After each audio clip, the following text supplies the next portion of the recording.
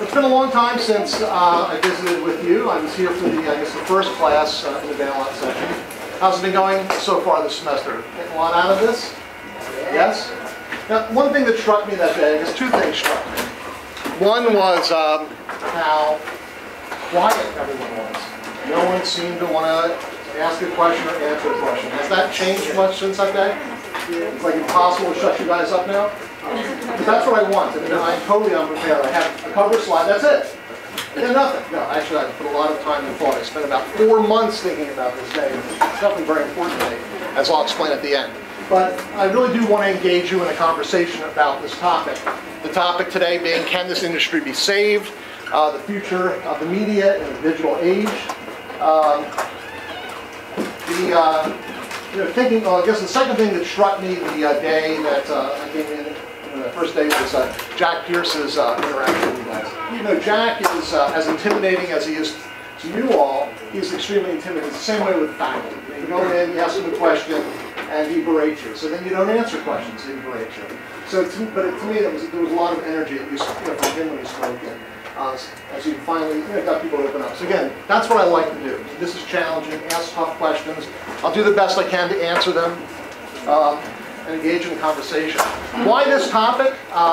When John Kozub, I'm on a first name basis around here, so John proposed back in the fall, putting together this course, he approached me and said, for this course to be successful, you've got to get all those kids that are in the advertising society at the meeting, so you're drafted. I said, I need more responsibilities, definitely. I don't have quite enough to do, but that got me drafted. And it wasn't just a question of marketing and helping to fill the class and getting, for some of these speakers where, more prominent guests where we tried opening something for students to help market it. John gave me a chance to speak about something. And as we planned the course out, I said, I understand where you're going. We'll look at the economy and regulation, and we'll have all your friends come in and speak, the Republicans. I remember Mark Valente that day. Oh, boy. So John told me to stop asking questions because he's been quite a set to it. But I love Mark. He really is a great guy. I said, let's have this structure of this. We ought to have a session or two devoted to who are the winners and losers going to be from an industry, from a business perspective in this new landscape. And the landscape is in part due to the recession, to the change of our contract with government, which I'll announce now. I'm a liberal Democrat. I'm all in favor of what Obama's doing. Let's get that out of the way. Not even the last we hear about politics. But things have changed. And so that's going to make for some winners and losers. Some of the winners are going to be the opportunities, the global opportunities. And I'm sure you've talked about some of the potential winners and losers when it comes to Wall Street and others. Well, to me, an industry that is front and center, another, obviously, auto industry. Well, another industry that's front and center right now is the media. They're often blamed for not making things better, but they could actually convince Americans that there's not a recession going on. Americans knew there was a recession before the economists did. We all knew it. So we criticize the media for that. The media is biased. Well, for every liberal media person, there's a conservative media person. That's just more noise. The main problem with media today is the fact that it's struggling. It's struggling to survive. And some people have posited that we ought to bail out the media. And I'll tell you now, no way would I do that. I would absolutely try to bail out the auto industry. I would bail out Wall Street because we're bailing out each and every one of us. The free market will work. It will correct. I truly believe that the free market corrects for these things. The problem is, it takes too long and there's too much pain. If you talk about potentially millions of Americans being disrupted by the failure of our auto industry, sure, it'll bounce back. They'll find jobs. But what do we do in the meantime for those people and their families? What do we do in the meantime when people have no confidence in our banking industry? The media, on the other hand, it's just a changing of the guard. For every loser, every newspaper that's having trouble right now, there are hundreds of websites that are doing well. So you can't bail out that industry. It's just a changing of the industry. It's like when we no longer use fax machines, we send everything by email. We don't mail stuff, we use phone stuff. Things do change, and that's a good thing. So, in my mind, no way bail out the industry. That said, it is important that the traditional media players survive, because they do provide a valuable service. I mean, one of the tenets of our free market is a free exchange of ideas, points of view. And you need a media, a successful media, to do that. But that said, it can play, it doesn't say who the players have to be. It doesn't say that you and each and one and every person here can't be the media, gathering information, putting it on a website, disseminating it. As long as there is a free and unfettered exchange of ideas, views, and information, people can get what they want without the government censoring it, we're in great shape. So, that said, again, just like with the auto industry, there are lots of businesses that are in play here, a lot of businesses that are struggling, a lot of brand names that are suffering. And to me, what makes this worth saving is because there's opportunity here. There are lots of ways for people to make money at this. So it's worth discussing this topic. And hopefully I'll give you some ideas about what some of the problems are, what the real problems are in my estimation, what some of the solutions are. Because I do see a light at the end of the tunnel. I do see opportunity. I think there's a thriving opportunity here. So let me get started. And again, please feel free to interrupt with some questions along the way. Well, let's just take a look at some of the things that have been happening. Over the past 5 months, just the past 5 months, a number of major newspapers have filed for bankruptcy protection, including, I guess the first one that caught everyone's attention was the Chicago Tribune. We had the Philadelphia Inquirer and Daily News, the Journal Register Company, which publishes, among other papers, the New Haven Register, the Minneapolis Star-Tribune, the Sun-Times Media Group, which owns the Chicago Sun-Times. So both major dailies in Chicago are in trouble. And by the way, I think they estimate that about 20% of the top 50 metro markets in the country could lose their daily newspapers within a relative short period of time. Because in addition to those bankruptcies, look at what else has happened. Venerable papers such as the Denver's Rocky Mountain News, which was established in 1859, ceased printing. The Seattle Post-Intelligencer, 146 years in operation, ceased publication. And many more papers are in trouble. Excellent article in Time magazine about this. 10 most endangered newspapers. And I will post this presentation on WebCT afterwards if you want to look at some of these links. You're welcome to. But they named the top 10 likely to fold. Philadelphia Daily News was #1. The Tribune. Here's some others. Miami Herald, Detroit News, Boston Globe.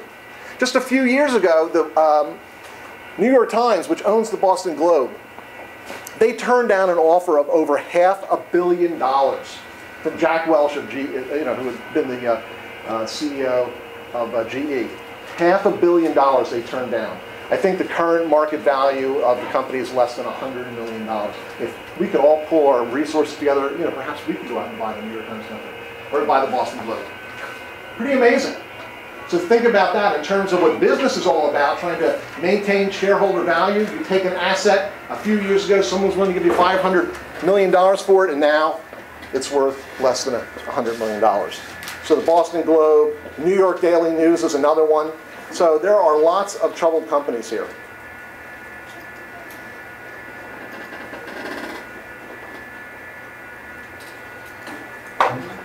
It doesn't stop. The bad news continues. Today, for example, the New York Times announced their first quarter earnings. First quarter losses worsened for the New York Times. Ad sales plunged 27%. And it's not just newspapers that are having financial problems. There's a story in the New York Times earlier this year about the broadcast industry. Broadcast TV faces a struggle to stay viable. When it costs you $3 million to produce an episode of an ER or a 24, and you can only make about $1 million to $2 million in ad revenues, you're losing money every time you go on the air. Sure, eventually that can be made up once these shows go into syndication, etc. But there's a problem with those types of shows in that they, unlike the Law and Order format where each episode wraps up, most of these dramas are continuing sagas. So they don't have the same viewership in reruns. How do you make money in a situation like that? So it's not just newspapers.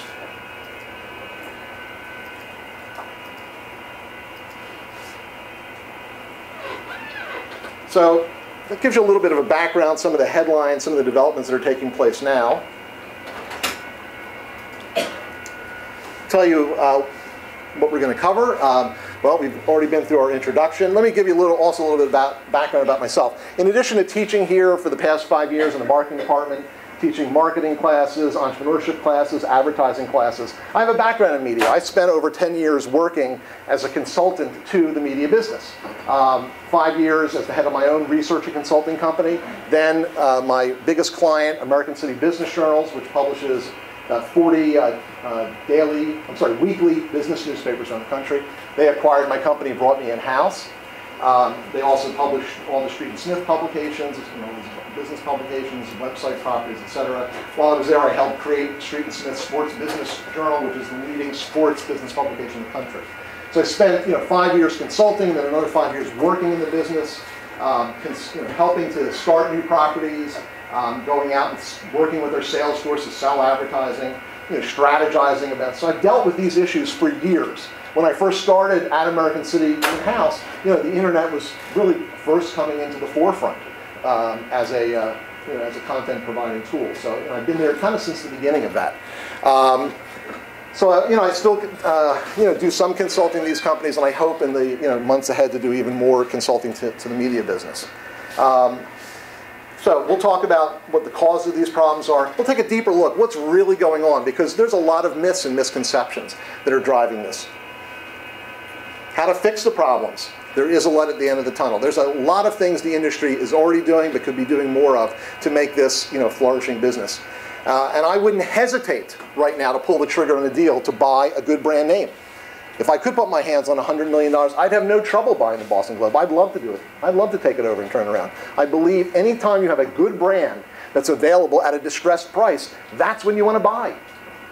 And by the way, you'll know that the economy is, recession is truly turned a corner when you see acquisitions being made. You saw a big one announced today with Oracle and Sun Microsystems. Oracle got a great brand name for a relative bargain. So when you start seeing that, when people are saying, that tells you the floor has been reached. Now's the time to start snapping up these companies. So there's been some signs, but when the merger and acquisition activity picks up, that tells you that the bottom has been reached for the value of these companies. And you better start buying that. And we're close to that. We're starting to see some activity. So what to do to fix the problem, and then discuss some of this stuff. So what do you think the causes are? What is driving the problem here for the business? Obviously they're suffering from tremendous revenue. Just take a look at the New York Times. Earnings down, revenue down, earnings down, ad sales down, readership down. What else? What's causing all this?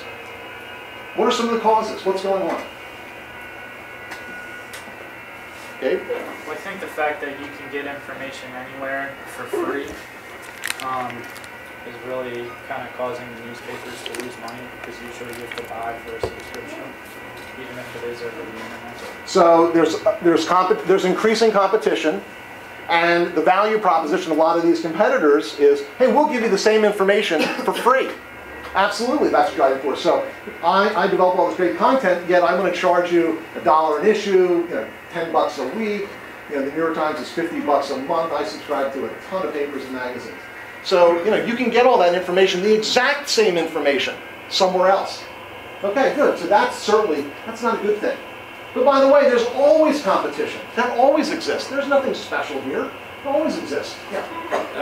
Just to switch from an actual newspaper to online content, I thought it was kind of funny, like when you were talking about the problems with the newspapers, you quoted Crane's New York Business Journal as yeah, what a great moment for them. The fact that Crane's, which when I worked in American City was one of our arch rivals, we didn't have a New York publication because of Crane's, and they wouldn't let us buy them.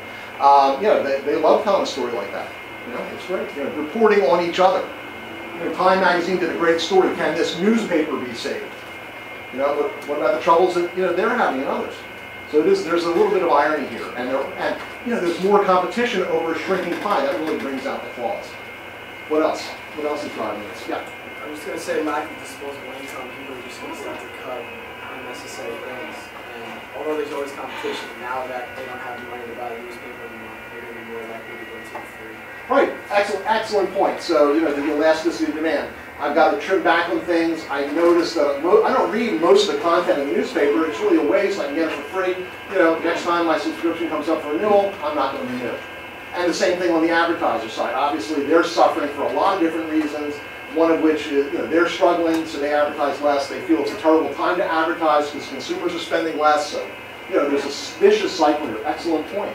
You know, so part of the driving decline in readership, and it is declining, circulation's declining, is economic. People are making choices, and I'll get it for free. What else? What else is driving this? What other types of things? Yeah. The change in generational preferences. People our age are more likely to go on for other sources such as the internet. So you're more likely to go electronic, go online. Do you think your generation, there was a book published recently called The Dumbest Generation.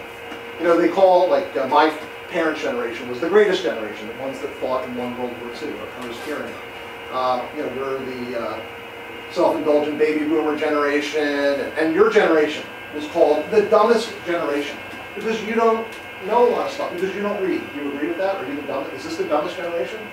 No, I think we just read in different mediums. Yeah, you consume information. You know, I think part of the premise, I read the book, part of the premise is because you have access to so many sources of information, you should be smarter than us. So the fact that you're not any smarter than us, and who's measuring that, by the way? Us. You know, we're measuring you all. So talk about the irony. But you know, the fact is you consume even more information. This is the information age. It's just that you're getting it from different sources. Why, when you go online to get your information, what are your favorite sources to go to? Where do you go for this information? How do you start your day? What do you do when you get up in the morning, after you, brush your teeth, make sure, whatever. Okay, so what do you do? What else do you do? I know what I do. I go out to the mailbox, get the newspaper, start reading the paper, and have a cup of coffee. What do you do? I think that the Wall Street Journal, they've done a good job in trying to train us to, get that paper, have that paper in your hand. So, by giving us the free trial here. So you check out some information and you go to the Wall Street Journal. Can you turn off that tape for a second? That's some bullshit. You don't do that. Come on. You check the music. You go for information, right? You say you go for the Wall Street Journal. When I did surveys, I used to do a lot of work for the Wall Street Journal. See, I'm becoming more like Jack Pierce. That's my goal. You turn it back on me. When I did work in media, I did a lot of work for the Wall Street Journal. What was that? Was there a comment there? If it's good, I want to hear it. I did a lot of work for the Wall Street Journal. In every survey I ever did, not a single subscriber ever admitted that they didn't read the paper every single day. Everyone reads it every day. So, with all due respect. I'm sure you read a lot of things. No, it's just that my point is that the Wall Street Journal is trying to train our generation to, feel that paper in your hand. And then after we graduate, hopefully signing up and paying. And that's why you always bank, and that's why Rupert Murdoch, as a genius, are buying that at a relatively good price because heirs were disputed, things weren't going well, the heirs wanted to dump it. That's a great time to buy. He got the best brand name, internationally known brand name, Dow Jones, for a relatively good price. And Dow Jones is really smart, the Wall Street Journal is smart, because they are not waiting for you to graduate college and hope that you'll become a, quote, reader of the paper. They're giving it to you for free, and they're integrating it into the classroom. Because they've done research that shows the typical person starts reading their paper back when they're in college. American City, we're content to wait until you get out of college. You'll start reading, you'll be just like your parents, you'll start reading. That's not true. You're not going to just adopt the things your parents did. So that is a good example. What else? What other things do you do when you get up? What do you do? Well, I was going to say something else. Go ahead. Just the way that, the speed is changing and the way the internet is second print words on paper is old news. Right, so right. When I pick a paper up in the morning, that's like way old. Right, yeah, by the time it's not printed, it doesn't have. So, but the thing is, we do go out and get information, whether it's the Wall Street Journal, we check the sports scores, we check how the stocks are doing, we check our favorite hobbies. All those types of things. We're getting information. We turn the information secondhand. There's so many different sources. So we are actually, you in particular, you're heavy users of information. It's just that you are using different channels like the internet and different brands. You might use Google. You might put a lot of respect in something that you see in Google or something that's on Yahoo, other sources like that. I just did a paper in one of my classes, and I can't tell you, everyone cited probably 50, 60 students times about 10 sources, 600 sources. Very few of them were traditional names of, Fortune magazine, Wall Street Journal, New York Times. There are all sorts of crazy website things. And the websites, a lot of times, are redistributing the stuff from the Wall Street Journal. So patterns of consumption are changing, but people still need information. Information has never been more valuable. So it just tells you that people want it in a different format. They want it faster. They don't want to wait for it. It is going to be old news, but that means I want you to help me archive it. There are lots of services. Anything else that's driving this problem? Anything else going on? There's more. There are other things that are happening. What about the financial performance? I know I'm kind of a marketing person. We did spend a little bit of time, looking at some of the financial stuff. When sales are down, revenue's down, you cut back expenses. Shouldn't that be enough? For these companies to survive, to ride it out. Other companies are, riding out slow. What's the problem with, in particular, the newspaper industry? What's going on there? You notice anything? Yeah. I think because other industries who normally take out advertising or advertisements are seeing a decline in readership. They're not taking those advertisements out like they would, because generally that's how newspapers make most of their right. So if you get most of your revenue from advertising and people are reading it less, you're going to pay. You're going to pay less. I mean, even if you say your readers have the same value, those eyeballs have the same value, which might be questionable. You have fewer eyeballs, so can you still charge the same rate? I don't know. I think you try to, but it's much more difficult to do that. But also, who wants to be in a declining media? The source provides some credibility. So there are a lot of different reasons that revenue is dipping, and that's also part of it. But there's also some financial structure issues here, which we'll show you in a second. So let's kind of sum this up. Some of the problems that we're seeing here.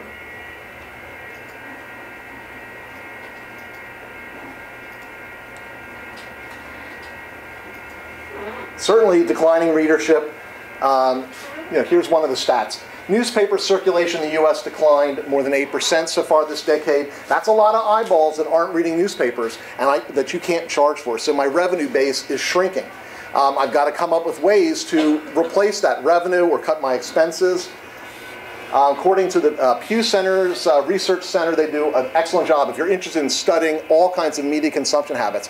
And as a lot of you are marketing majors, understanding what's going on in the media is essential for you because that's your channel for communicating with your customer or for customers. So what did they say? 2008 News Media Consumption Survey, 39% of Americans said they read a newspaper yesterday. That's the traditional way we measure that. Read a newspaper yesterday, either print or online. That's down from 43%. I can tell you a few years ago when I was doing these kinds of studies, it was close to 50% or more.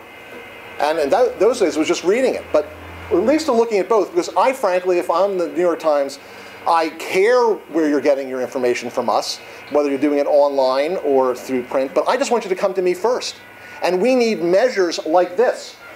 One of the problems they're having, by the way, is the fact that the people who measure online, Nielsen, are not the same people who measure readership of the paper. So they're having trouble getting data that can justify. That's another issue here.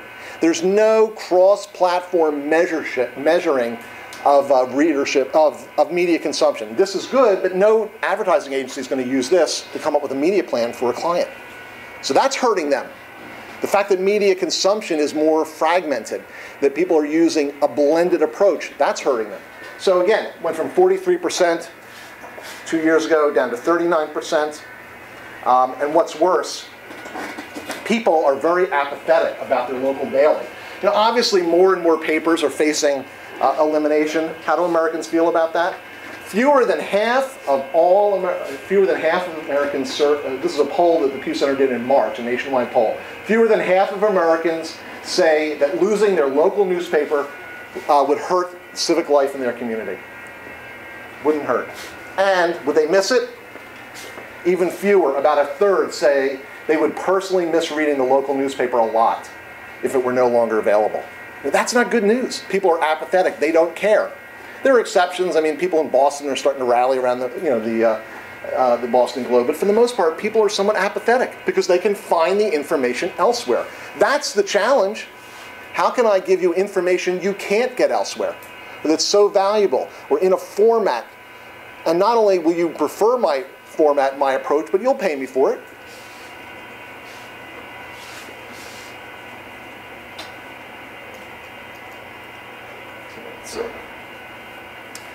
So again, one of the keys here is at least measuring both print and online or both. That's a better way which newspapers can't get that kind of data. If I'm a television, even networks have similar problems, but television, Nielsen measures both broadcast and online viewership of things. So, that gives them a natural home field advantage. So there are some things beyond what we normally think of that are hurting the newspaper business in particular. But all media, as I'll show you in a moment, all media are having this problem.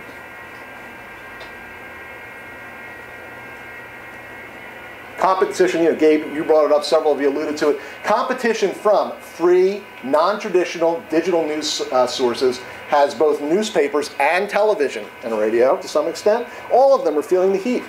So again, the same Pew Media survey I mentioned earlier found that 40% of Americans now consider the internet their main source of news. That's a great, important measure. 40%. The number one source is TV, 70%. Newspapers used to be number 2. Now they're down to 24%.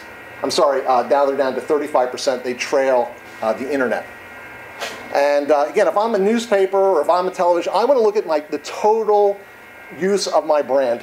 Format's important. Do you watch my show online? Do you watch it on TiVo 2 or 3 days later? The television industry fought with Nielsen to change the way television ratings. How are television ratings done now? It used to be, did you watch the show last night? That's what your rating was. How did they do it now? How do they measure television now? How many of you are going to work in an ad agency after college? Any of you? Some people are. So how do we measure this, Amanda? Well, not just whether you watch it, but they ask how long, when you were sitting, for how long. Well, that's another thing. It's another statistic. How long you spend reading, watching. But we're measuring viewership on. I'm sorry. They put a box on your TV. Well, so they monitor it that way, but they report viewership the day the show aired, and then they also include, I think it's up to 3 additional days. Did you watch it within, I think it's 3 days through a DVR. That's the way they want it measured. And yes, you're not going to be paying attention to commercials. You have to adjust for that. There are ways to adjust for it, but the fact is, the show is not, we're all time shifting. Or a lot of us are time shifting. It's great if you don't, but, because then you'll more likely watch the commercials. But I want to get credit for those people who are watching it, 2-3 days later. Yeah. Are they measuring how many people are watching them online as well? Absolutely. And so a good measure would be, your content. You want to be able to report it across all platforms. How about you guys? You guys might watch television on your computer. You may go to a friend's house and watch it. You watch it in a bar. All of those things count, and they're being obscured. So as our whole method of viewing things changes, I need to help educate you. See, the thing is, you can't just leave that up to Nielsen. You've got to go out there and change the way Nielsen does things, and you can. Who do you think pays Nielsen?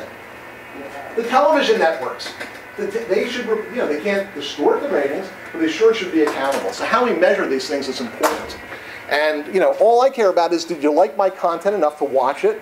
And yes, when I happen to love that new NBC show, Kings. The fact that we now have a king instead of the whole elected thing is kind of interesting. And I noticed it wasn't on last week, an extra hour of Donald Trump, who I can't stand. So I found out that the show's in danger. So to reward the show or give it a little boost, what do? They put it on Saturday nights when no one in America is watching television except my 90-year-old mother, who can't work with remote control. So no one's watching. That's a real help. So I watched a few episodes, via Hulu. It's great. I watched one episode on demand because I wanted it right away.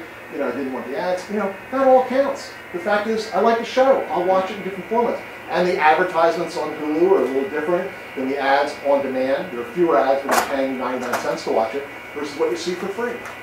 So the main thing is, if I'm producing that show, the fact is it's got a large following.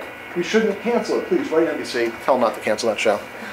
All right, so that's one problem. One issue is that people are turning to the internet more and more. Of course, among your generation, the shift is even greater.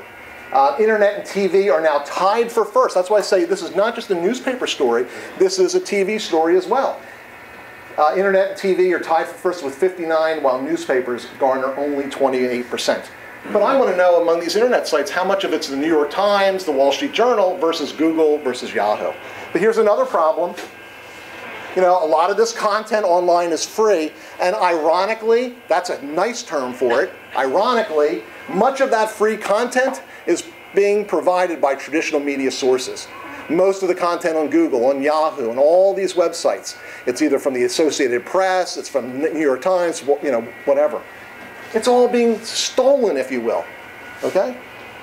And it's being misappropriated. It's gotten so bad, especially when times are tough like they are now. These guys are going to fight over every last dollar. So it's really gotten to be a pretty bitter war between the traditional media and the web content providers over the ownership of this content.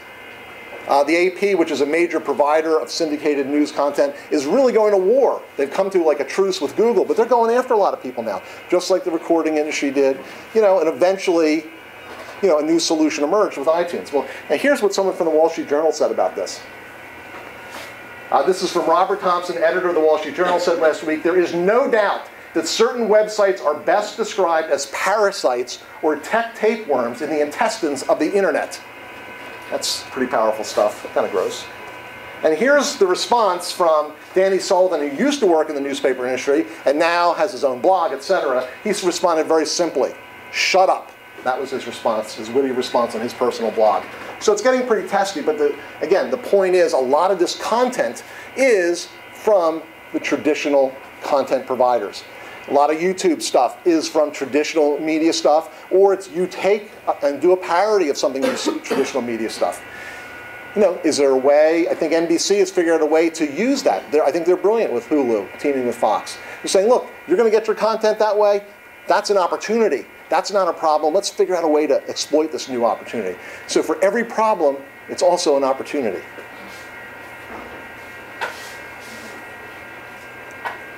So we have declining readership. We have competition issues.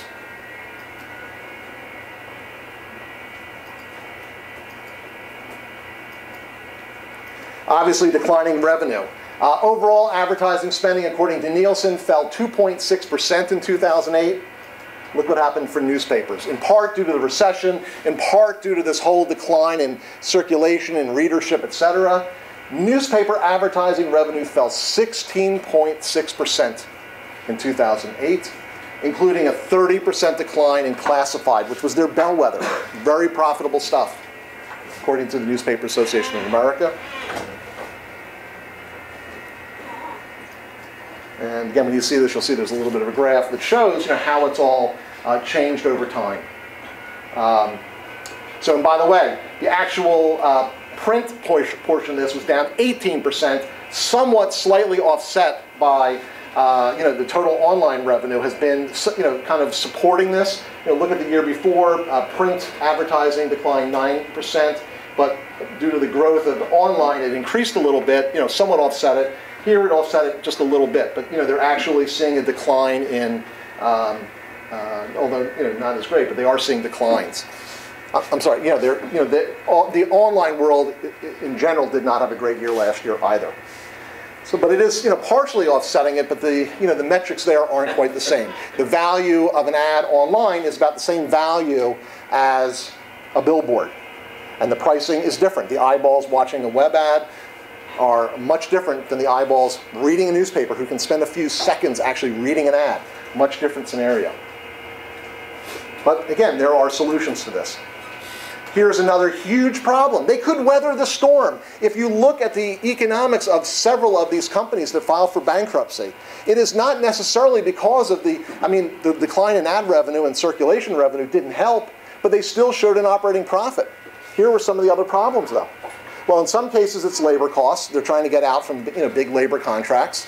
That's a big issue in some markets. Operating expenses continue to go up. Newsprint, fuel, which is used to, obviously for electricity, utilities, as well as move all those trucks around that deliver the newspapers. This is the biggest issue for a lot of them. Like the Philadelphia Inquirer would have done, would not have made as much money as they had hoped, but they would have shown a profit except for debt service. High debt service, which is due in large part to paying too much for papers, high acquisition costs, and over-leveraged acquisitions. Their debt service is enormous. They can't service their debt. They can't make the. I think the Philadelphia Inquirer hadn't paid their debt holders for over a year when they filed for bankruptcy. And basically, the mistake they made was they bought high and are now going to have to sell low. They bought high. They paid premium prices. They thought everything was going to continue to go great in the world. Did they not think that the internet might be a little disruptive? What were they thinking? Why would you pay these extraordinary prices? Why? Like in the case of the Inquirer, the guy that bought it, great guy, great business person, loves Philadelphia. He wanted to do it for the city. It's a public trust. And you'll see later in my presentation, that's one of the mistakes these guys made. You see, the public doesn't care. So why make a business decision? And paying close to $600 million for a paper that the McClatchy chain wanted to get rid of, that was a dumb move. And then to top it off, financing it with about 80% debt or more, expensive debt. You just didn't have the cushion if things turned bad. And of course, they always turn bad. So that's really one of the primary drivers here. Someone from, Mike Smith from Northwestern University's Medill School of Journalism said, there was a buying frenzy several years ago and some companies overpaid for newspaper properties, not expecting this economic crisis to have the impact that it did. Yeah, I don't think anyone foresaw this kind of a crisis, but to not foresee the fact that there was going to be a crisis in advertising revenue for newspapers was just putting your head in the sand. So you have companies like the Tribune Company that's based here in Chicago underneath this heavy debt load that they have to pay off. And they can't, so they file for bankruptcy protection. So part of this is being driven by declining revenues, declining circulation, lots of competition, other forces, but also rising costs and poor management, poor decision making. Questions, thoughts, comments about any of this?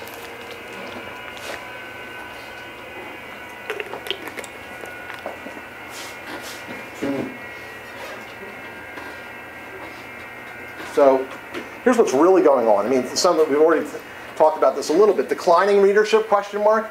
Well, as we talked a little bit, interest in news and information is not declining. It's even among your generation.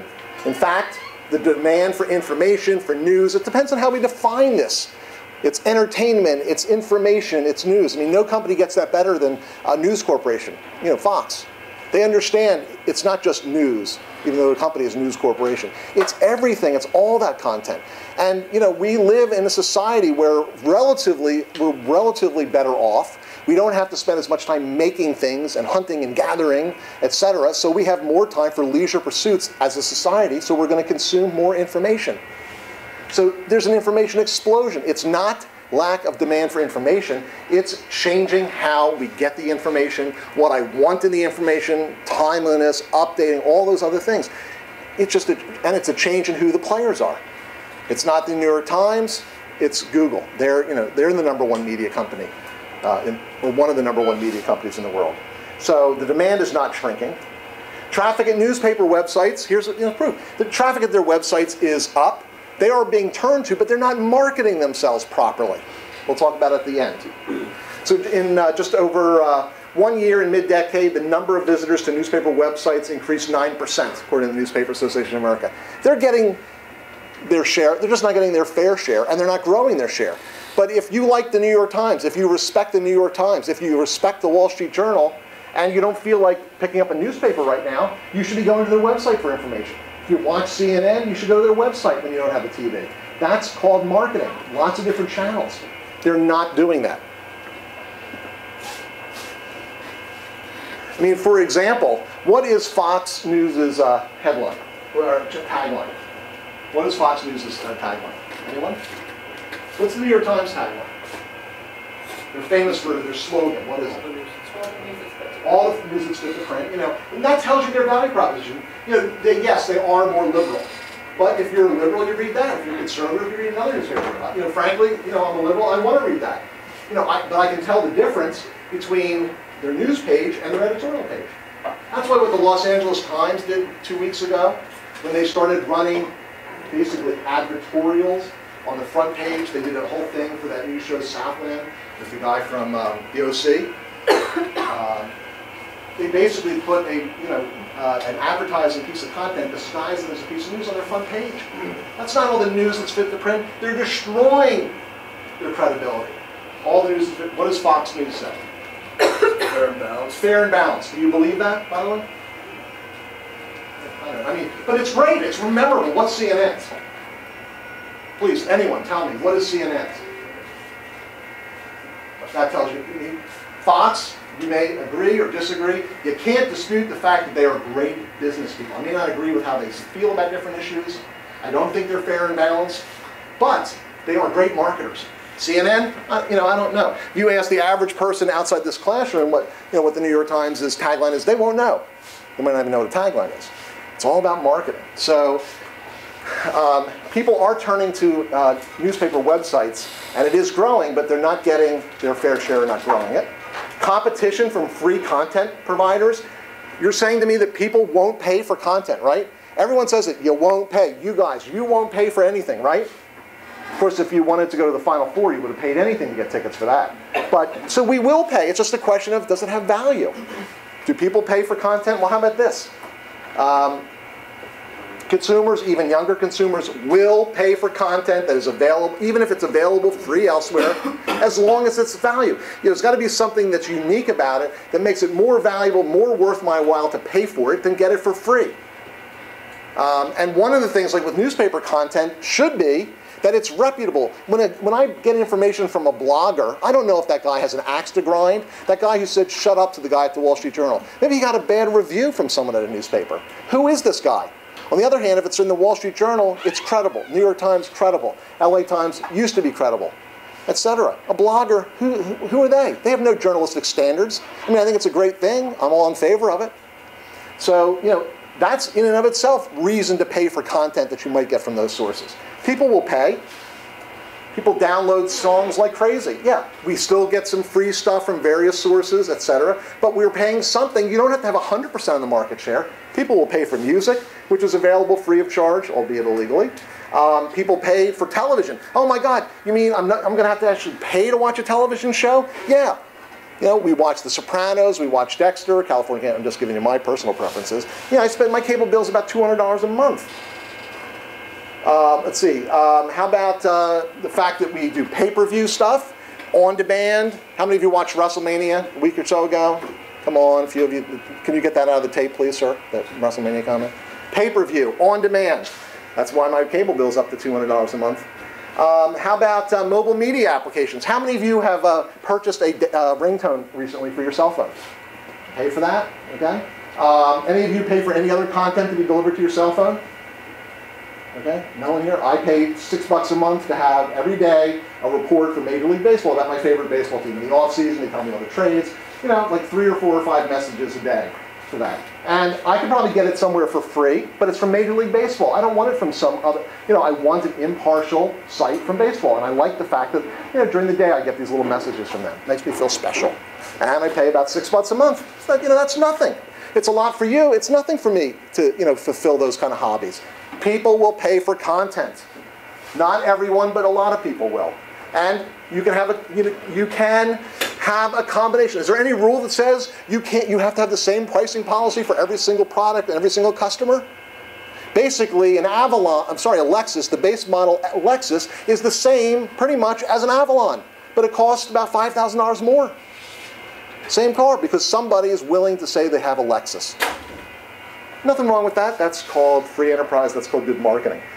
So you have free customers. So people will pay, but there's also value in free customers, because free customers draw other people. I mean, that's what makes television free for all of us to watch, because someone's willing to pay to support the content through advertising to reach you.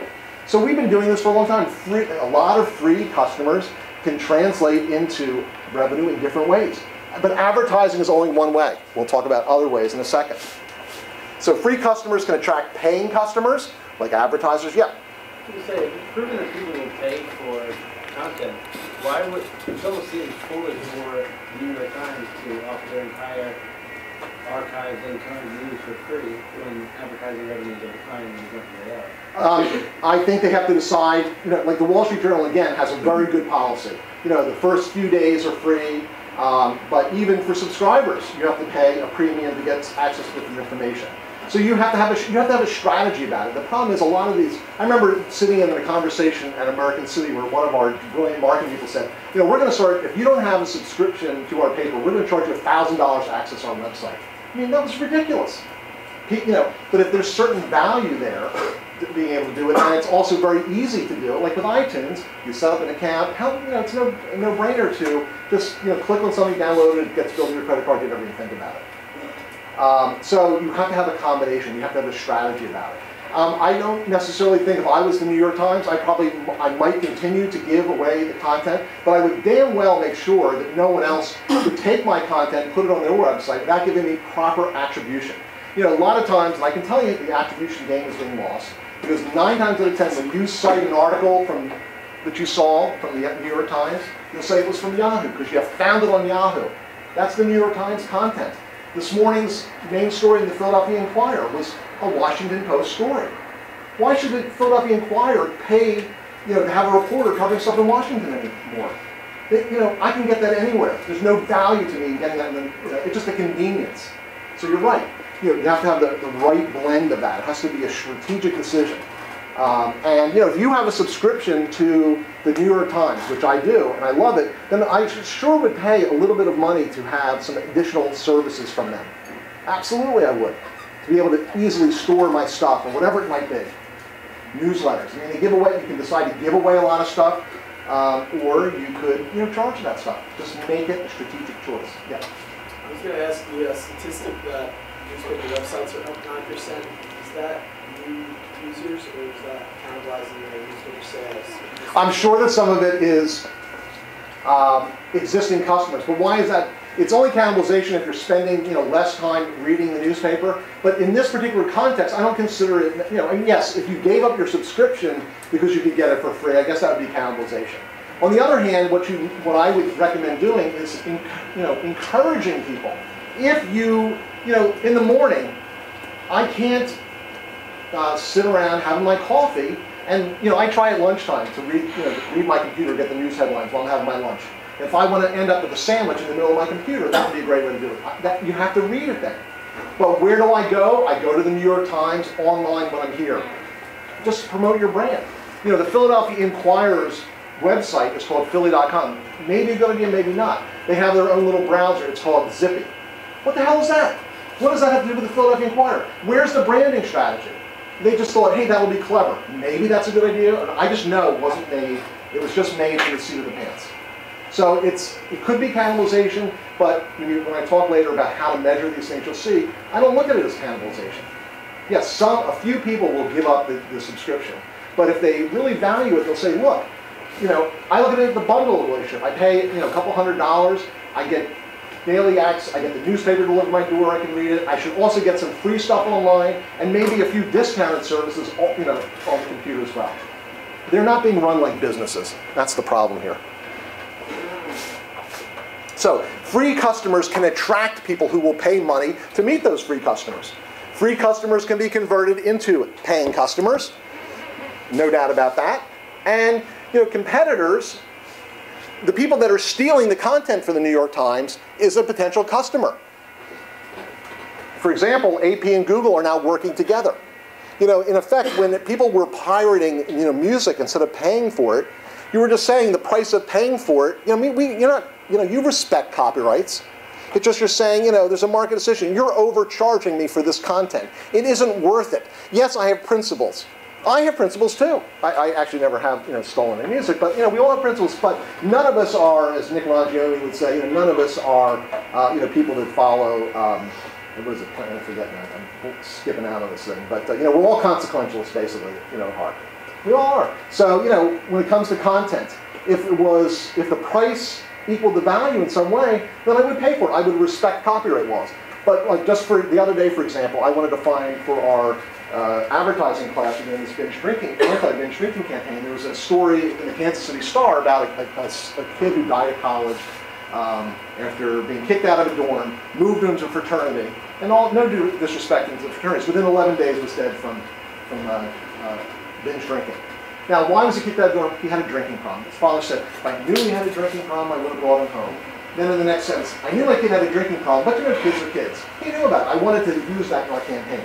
Went to the Kansas City Star. The article's 30 days old now. Can't get access to it. So I frickin' registered for the Kansas City Star. I still can't get access to it. I got to pay for it. It's not worth it. It's insulting. First of all, why didn't you tell me that? I wouldn't, all that other stuff. So it's just equilibrium here. So in any case, people will pay. Competitors are customers if you price it right and give them some value. People don't want to, Google was going to copy every book known to mankind. They've come to their senses about that and are paying royalties to publishers. So, declining readership. Readership is only one way we get information. People won't pay for stuff. Yes, they will. So there's just the few of the things. Let me skip ahead to some solutions. Again, here's a nice little slide. It's a little hard to see, but it shows, looking at consumption of media. Like yesterday, did you go online to get news online, to get TV from the TV, radio news? This is your generation. This actually is kind of overstated. It went from 43 to 42. 42% of you, every day go to TV to get the news. That's pretty good. But look at this. It's increasing when it's going online. You're going online more for news. In other words, most of these things are going up. In each generation may be a little bit different, but the idea here is that the appetite, the need for information is increasing. So how to fix the problem? Okay, the first thing I would recommend to these companies is that they run these operations as businesses, not public trusts, not civic assets. These are businesses. Run it like a business. For example, that means you have to apply all the lessons in business, particularly marketing. These guys do not, market. Their idea of marketing is to, have an event. That's marketing. There's a lot more sophistication to marketing, and we'll talk more about that. Use the 4 Ps and more. Use the right metrics. Market share, market penetration, customer lifetime value, all of those things, share of customer, as goals and ways to measure success. I can remember being at a meeting with the president of American City Business Journal. So he used to be president of the Wall Street Journal. That's how I first met him, and did work at the Wall Street Journal for him, then for American City when he bought that. And I remember sitting in a meeting saying, I looked at our circulation, which was essentially flat across our 40 markets, and I did market penetration. I took the number of businesses in every city and divided that into the number of subscribers. I found across our chain 21% market penetration, or I call that market share. And then I said, it's interesting, in Philadelphia it's 10%. If we could just get, why is it that the entire chain does 21% and Philadelphia is 10%? What does that tell you? Where should you be putting your efforts? Why is Philadelphia lagging at 20%? You could say that, that's Philadelphia, it's a big market. But I said, Atlanta has actually higher than 20%. Seattle, they've got a lot of competitors. It's over 20%. It has nothing to do with the market size. None of those factors explained it. So I had this great analysis. We ought to be doing more in Philadelphia. We want to be holding your circ manager to account for this. There's no reason that can't be higher.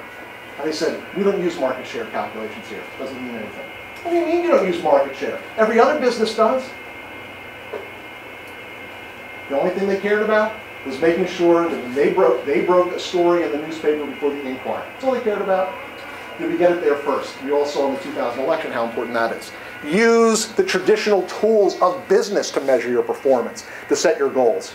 Apply the 4 Ps of marketing and a lot more. There are a lot of other Ps that people are proposing for membership in the exclusive 4P club, including people and positioning. So we're just, in the interest of time, I'm just going to cover a few of these. The first thing is newspapers, media in general, any company needs to have a powerful value proposition. I don't know why that looks like that. Something got messed up there with the... So let's look, for example, at the next slide. What's happening here?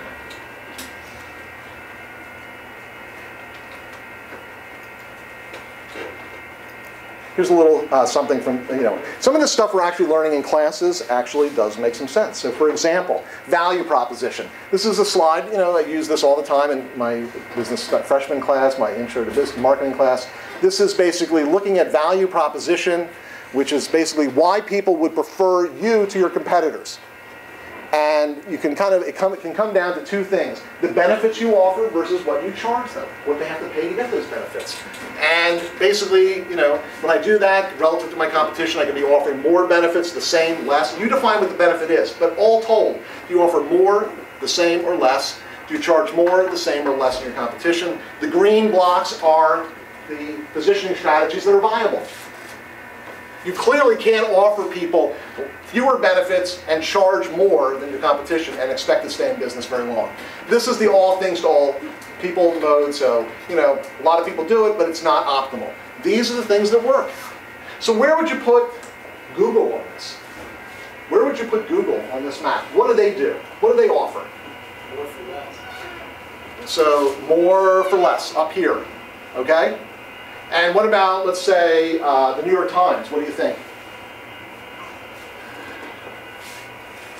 Maybe, I think they might say we offer more for more. We have more reliable content. But again, when the Los Angeles Times, which is certainly all newspapers that charge for the same content you get for free, are all in the more Priceline category, the more column. If you start diminishing the reputation and quality of what you're doing, then you're not offering more for more. You're beginning to offer less for more. That's not going to work, but that's what they do. So how can you change that proposition? If you're the New York Times, I mean, first of all, what this also says is there are certain segments. There are people that want more for more. There are some people who want more for the same, etc. You can have multiple products, multiple pricing strategies. It's called segmentation and targeting. So that's another P. P for people, P for positioning. They get intertwined. But if I'm, newspapers, what I'm going to try to do is I'm going to reposition ourselves. I'm going to go with the fact that, yeah, we charge more. But we give you, look at everything we give you. And I'm going to recognize that that's not going to be for everyone. So maybe I am going to have some free content available. But I'm also going to have, and what do I do as part of that? I start telling you that Google gives you less for more. I'm sorry, less for much less. It is much less, but you're getting much less. You're getting old content, unverified content. You have no idea where it came from. Is it truthful? You have to do that tactfully, much like how Apple is trying to destroy IBM, and now IBM is counterpunching. But what they're trying to do is not just reposition themselves, but reposition their competitor. That's what marketing is all about. So what is it that you offer? And using this approach and combining with segmentation would be successful, and also try to alter people's position. You get what you pay for. I wouldn't put it quite like that, but when you read some blogger's account of something, are they being truthful or not? And shame on you when you have any mistakes in your newspaper. You're the New York Times, the Los Angeles Times. You are the Washington Post. No mistakes, nothing inaccurate. So positioning is part of this.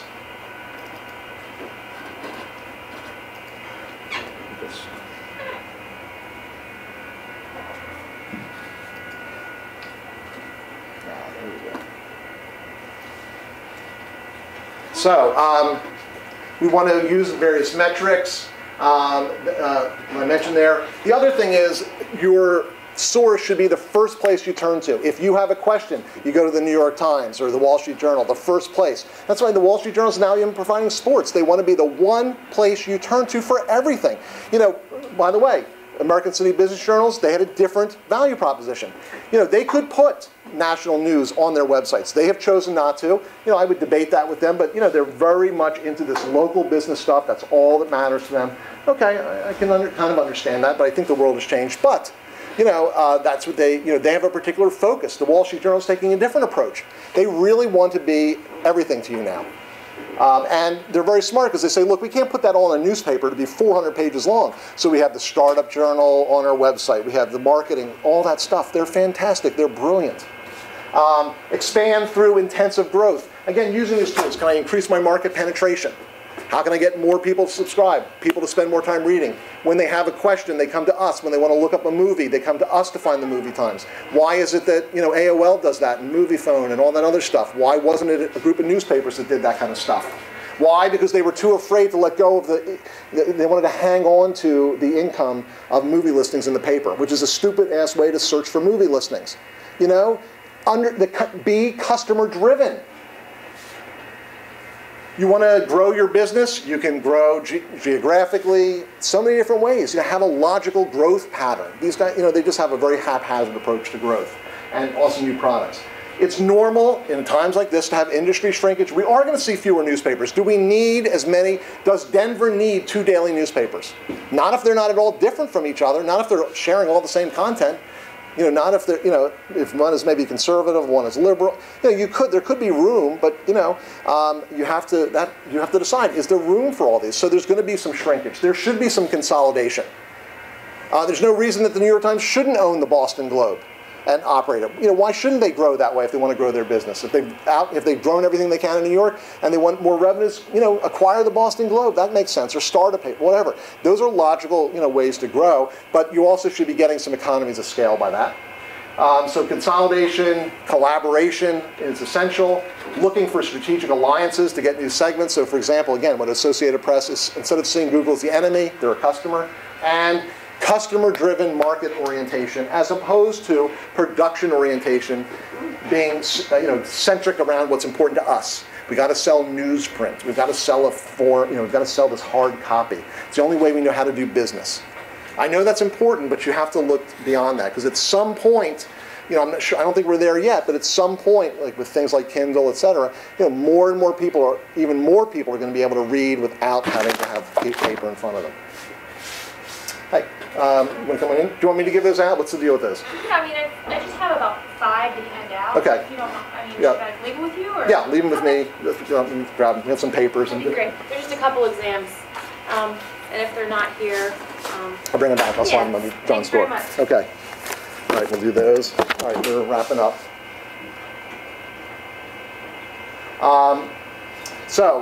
Again, I think part of the strategy here is to you know, start by figuring out how you want to segment your market and target it. And you know, for each segment you decide to pursue, you have a different marketing mix, different positioning strategy.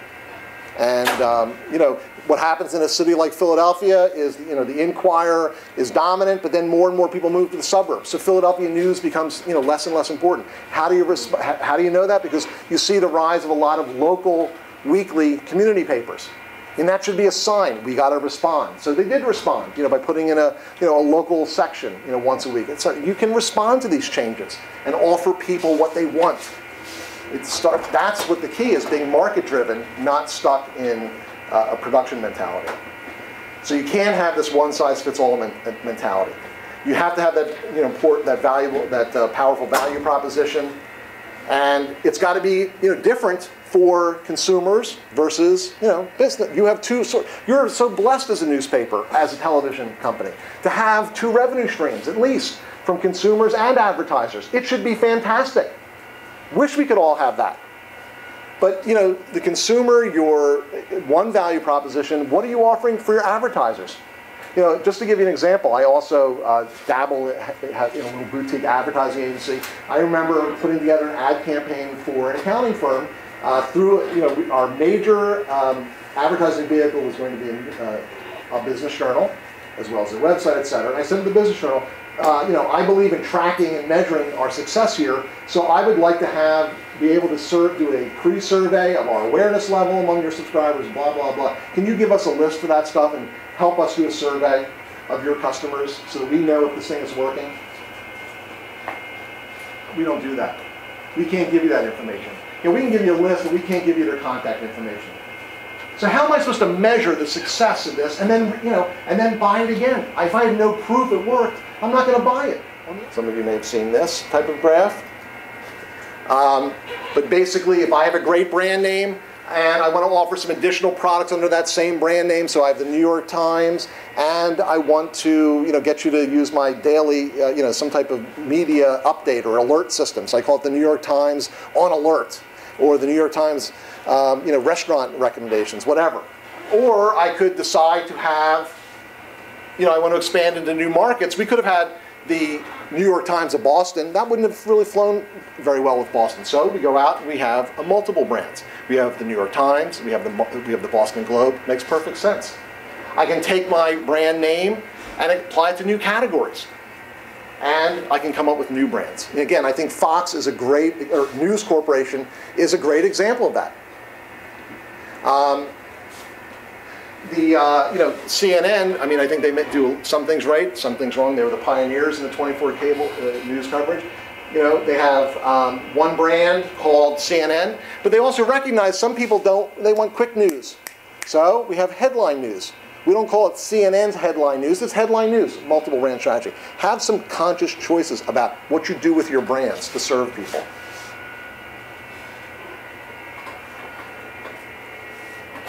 So, you know, News Corporation is a good example, and a bad example would be Time Warner. So having a well-known brand is not enough if you have poor execution, poor strategy. That equals disaster. Can you say Time Warner? Great individual brand names. The best known, internet provider, AOL. They were the pioneer. They created the category. You know, where are they today? So they've taken all of those advantages and frittered their brands away. Some product strategies. You know, for the consumer, you can have multiple channels of, and this is also partly distribution. You know, you have multiple channels. So I can give you a static thing, a newspaper, but I can also, give you my website so you can get access to that information throughout the day. Follow those leading stories throughout the day.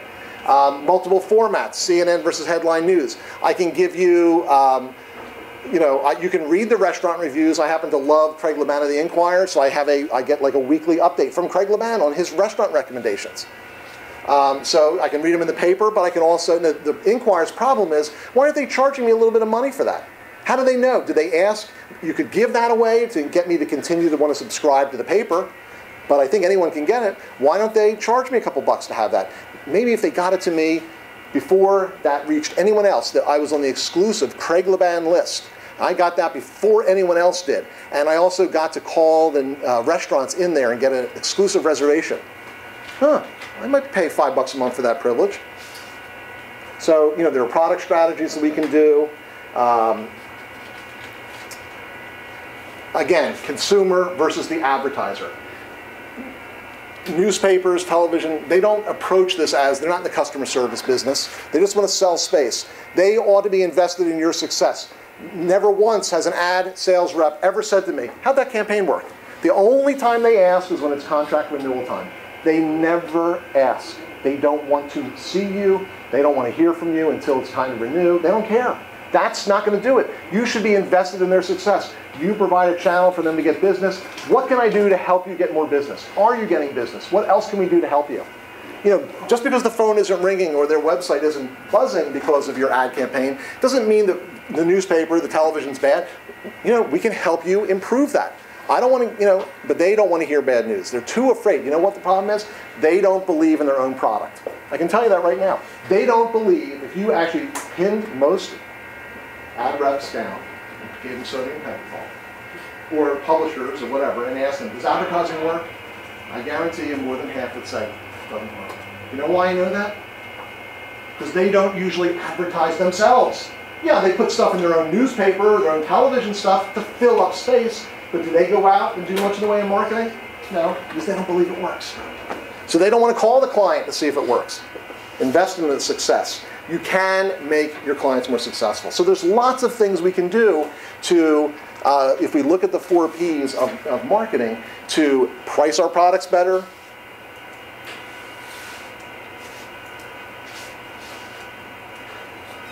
I talked to you earlier about, we're always going to have some free customers. That's not a bad thing. One way we monetize them is selling them as advertising, for advertising purposes. But because of the nature of the internet, those eyeballs are not worth as much. So what else can I do to monetize those free customers? Well, here's 2 things. eBay and lots of others said, let's make them into a marketplace. No, don't advertise to them. Help people do business with one another and get a piece of the action. Why aren't more media companies, why did they leave that up to eBay to do that? How about collecting and selling data from people? I need data. If I have a website, what information am I getting from people that I could sell to other people? Those are just 2 examples. You can have a combination of free content and paying content. So you can watch Kings on Saturday night. I can go to Hulu and watch it. But if I do that, I've got to watch some ads. But NBC is smart about this. They say, you can choose the type of ad you want. I mean, actually, this is better. People do not inherently hate advertising. When you want to buy a product, you just want relevant advertising, truthful advertising, some control over it. When I want to buy a product, I need advertising to help me make a choice. So you go to Hulu and you're going to watch it. You can tell them what kind of ads you're interested in, what kind of products you're interested in. And you can decide if you want like one really long commercial at the beginning, which you can just walk away from, or it'll be interrupted during the show. They give you control. That is brilliant. That's who I put my money on. Or I can pay 99 cents and watch Kings with minimal commercials. I usually just get a couple of plugs for NBC shows. So I can have a combination of free and paying content. I can convert my free customers into paying customers. They're not going to pay for everything they get, but I can monetize them. I can cross-sell and upgrade. How many of you use LinkedIn? How many of you have a profile on LinkedIn? Those of you who don't, shame on you. Okay? It's the greatest way, for you to be able to make contact with all kinds of people to help yourself. Everyone in the business world pretty much is using LinkedIn. It's free of charge. Except I have a $200 annual premium account. Because if I see someone on LinkedIn and I don't know you, the whole idea is I can use your contacts and maybe you introduce me to someone else. But maybe you don't know who I want to know. So I'm allowed to send like 20, in effect, cold call letters a year to people using LinkedIn. I get other value-added services. I'm in business. To me, this is a great tool. I'm willing to pay $200 for that. Okay? I use a lot of the stuff for free, but I also have that as well. So in that particular case, they have, in effect, you could say, they've upgraded me to a premium account. Multiple price points that vary by segment, products, etc. Bottom line is, in general, there are two things I want to leave you with.